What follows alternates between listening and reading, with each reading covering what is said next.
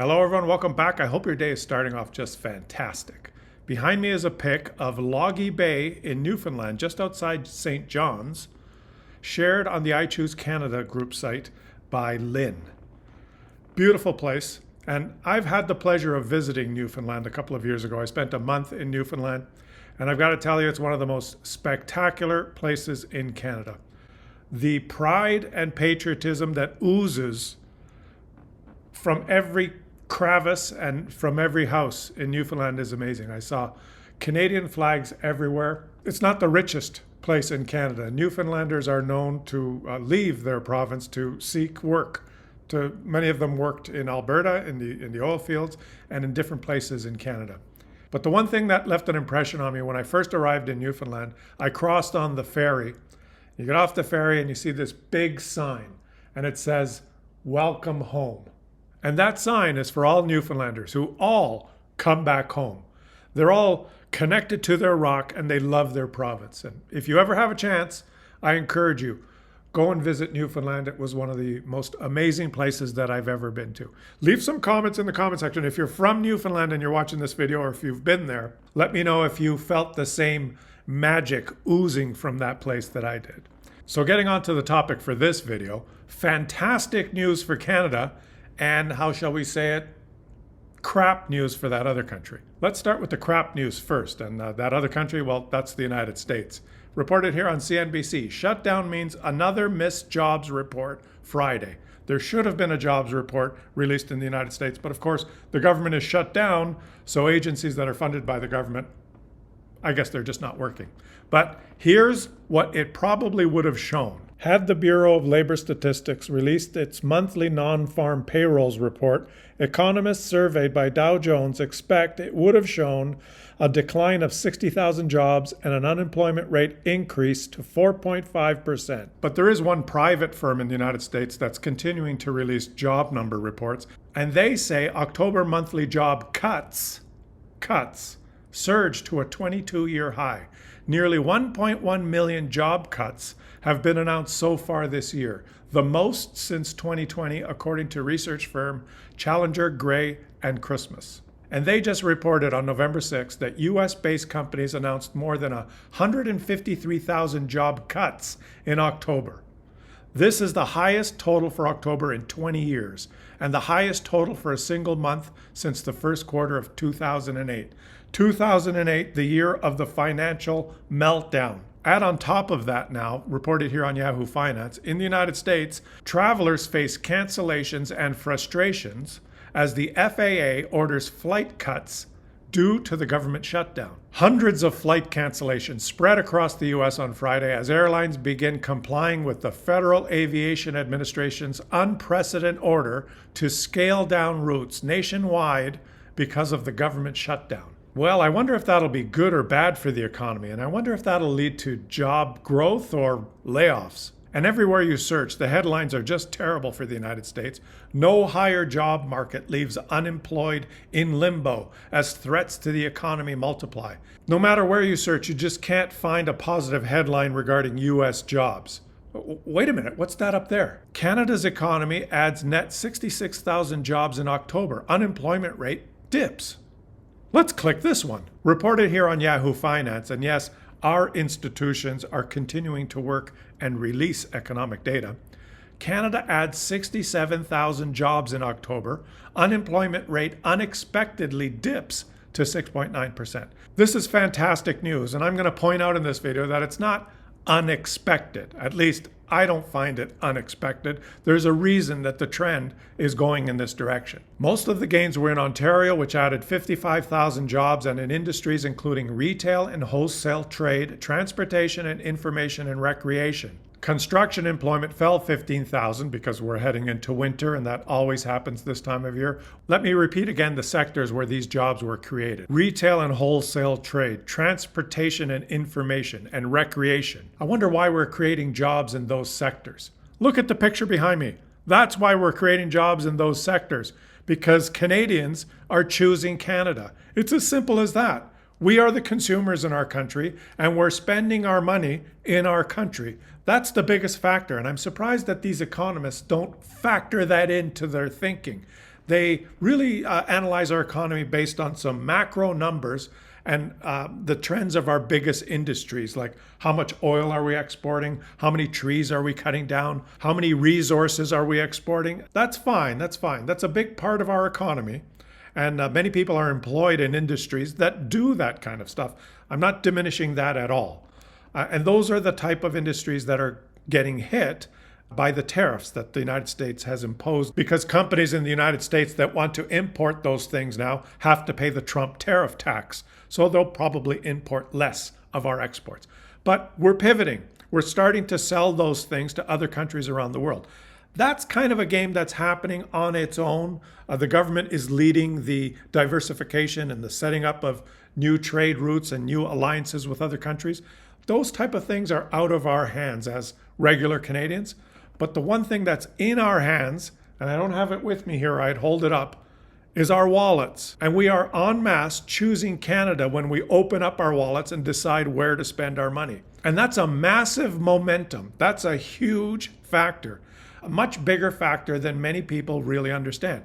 Let me show you some statistics here that show how much of a huge, fantastic thing that is for us and how it's destroying some economies in the United States. Just as an example here, let's look at tourism. And many of us think of tourism as just where we go on holidays. But let's look at the snowbird industry. Right around this time of year is when, in the past, many Canadians chose to leave our country and go spend the winter in the United States. But let's read this here. Several U.S. states that typically rely heavily on Canadian snowbird tourism, most notably Florida and Arizona, are experiencing a significant downturn, with the industry facing substantial negative impacts for the current 2025 winter season. The decline in this industry, described as crushed in some reports, is driven by a combination of factors causing a major shift in Canadian travel patterns. Yeah, a combination of factors. Let me list the combination of factors for you. Donald Trump. Yeah, those two factors. That's the combination. Now, what do you think will happen to the employment rate in Florida if these industries have 50% lower turnout than normal? To understand how huge an effect that will have on a local economy, you have to understand how money circulates. And in the example that I gave earlier, pumping more oil or cutting down more trees. If we sell more oil, for example, if we sell $1 billion more oil in one quarter compared to the previous quarter, well, the Canadian economy, the GDP rises by $1 billion. But think about the money circulation in that circumstance. Okay, we've sold an extra $1 billion worth of oil. The companies that sell that oil received an extra $1 billion. And that supports that industry and the jobs in that industry. There's no doubt about that. I'm not diminishing that. But what happens to that money? That extra $1 billion is collected by the company.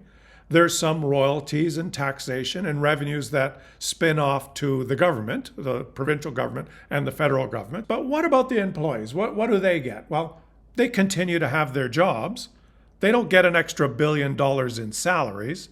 What happens to that $1 billion? Well, unfortunately, these days, a lot of that $1 billion will not go into reinvestment in that industry, into expanding that industry. A lot of corporate profits these days, not just in the oil industry, I'm using it as an example, but a lot of the extra revenue, the extra profits that companies make, goes into directly trying to increase their stock price, because companies report quarterly and they're on this treadmill of continually trying to increase their earnings per share and their profit per share. Everything's measured on a per share basis because the owners of the company, if it's a public company, own shares and they want to see the value of their shares increase. So one of the things that companies do with their profits now is they allocate a lot of it to buying back their own shares, to simply buying their own shares and then canceling those shares so that the total number of shares decreases. And if the total number of shares decreases, then the value per share increases. And people that own the shares are happy because the value of their shares goes up, trading on the stock market. This seems to be the trend now with a lot of the older industries, the legacy industries, like the oil industry. Not so much for the up-and-coming new industries like the high-tech industry, which do reinvest a lot of their money, pumping lots of money now into things like AI and research and development. Those industries do reinvest a much bigger portion of their money. But some of the legacy industries, the old school industries, a lot of the resource extraction industries, that seems to be the trend. So that extra $1 billion of revenue from selling more oil, it doesn't really circulate through the economy and cause a big chain reaction of spending over and over and over again. As opposed to, let's go back to this example of tourism. And like I said, most people think, well, that's just where you go on holiday. But don't think of it like that. Don't think of it like that. Think of it as where Canadians are choosing to invest their money. If you go to Florida to spend the winter, you spend your money buying your morning coffee, buying your groceries, going out for dinner, doing whatever you do, living your life over there, and that money gets injected into their economy. And all those local businesses that receive that money, they don't buy back their shares with that money. They use that money to live their lives, and they spend that money. And it's a chain reaction. The money gets spent over and over and over again. That is a vibrant economy. So when Canadians en masse choose Canada in every decision they make, and we are doing that successfully, this is going to go down in history as a lesson, a perfect example of a nation just pivoting completely and choosing itself, right, to prop up itself, to do more for ourselves than anyone else can take away. When we en masse choose Canada and spend our money here in something as simple as just living here instead of somewhere else in the winter, or in everything that we do, spending our money locally, choosing Canadian products, in all those decisions that we make, we are giving money to other Canadians that live in our communities. And they take that money and they don't buy back their shares with that money. They use that money to live their lives and they reinvest it in our community. And that causes a chain reaction. So when you read that report that I just read you, and you see the sectors where job creation was growing, retail and wholesale trade, transportation, information, recreation, those are all industries that we support as Canadians just by living our lives. And by choosing Canada as Canadians, we're supporting those industries and causing that chain reaction of the money circulating over and over and over again. And that's a vibrant economy. Let me give you the example here that I just mentioned of supporting a local Canadian product instead of a US product. When you go to the grocery store and you're trying to decide which tomatoes to buy, and there's some local tomatoes that are grown in a beautiful greenhouse that we have set up in Brooks, Alberta, that produces a lot of produce that can be bought in Calgary and Edmonton. When you're in the grocery store and you choose that product instead of tomatoes that are imported from California, you might think, well, does that really have a big effect? Does my decision really impact our economy? And the answer is yes, in a huge way, because it's not the money and the profit that you're giving the grocery store. Now it's complicated, but let me narrow it down. If you're supporting your local product, then that local producer, the greenhouse in Brooks, is going to have a higher demand for its products. The grocery stores and the retailers are going to demand more from them because consumers are buying their product. So they'll buy more tomatoes from that greenhouse. The company that runs that operation is going to have to deal with the increased demand. They're going to have to hire more people. They might think about increasing their production. They might go to the bank and ask for a loan and say, we want to expand because demand for our product is through the roof. Look at our sales numbers over the past 3-4 months. They're more likely to get that loan and expand their operations. So when you're in the grocery store and you just think and make that one little decision, oh, I'm going to buy these tomatoes instead of those tomatoes, you might not think that it's a big deal. And it certainly isn't a big deal if just you do it. Maybe you'll be able to make a better pasta sauce because the local tomatoes actually taste a lot better than the ones that are picked green in California and sprayed with that ripening agent. And they arrive here, they're red until you cut them open, and then you look at them and you go, these aren't ripe tomatoes. I can't make tomato sauce with those. You know I'm right. But the point is, yeah, if there's just one Canadian, you or me, buying those local tomatoes instead of the imported ones, well, it doesn't make any difference. But if there's 7 million of us thinking about that when we're making any purchase within our country, it will just be a massive difference. It will be a huge effect because we are the base. We are the base of the pyramid, okay? We represent the consumers, the 40 million of us at the bottom of the pyramid. We have all the money.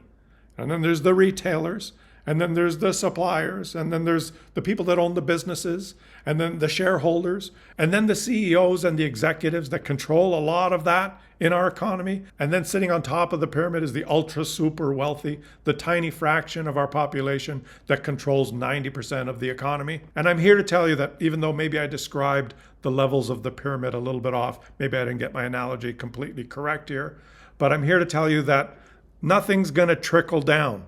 All right? Nothing's going to trickle down to the base. It works the other way around.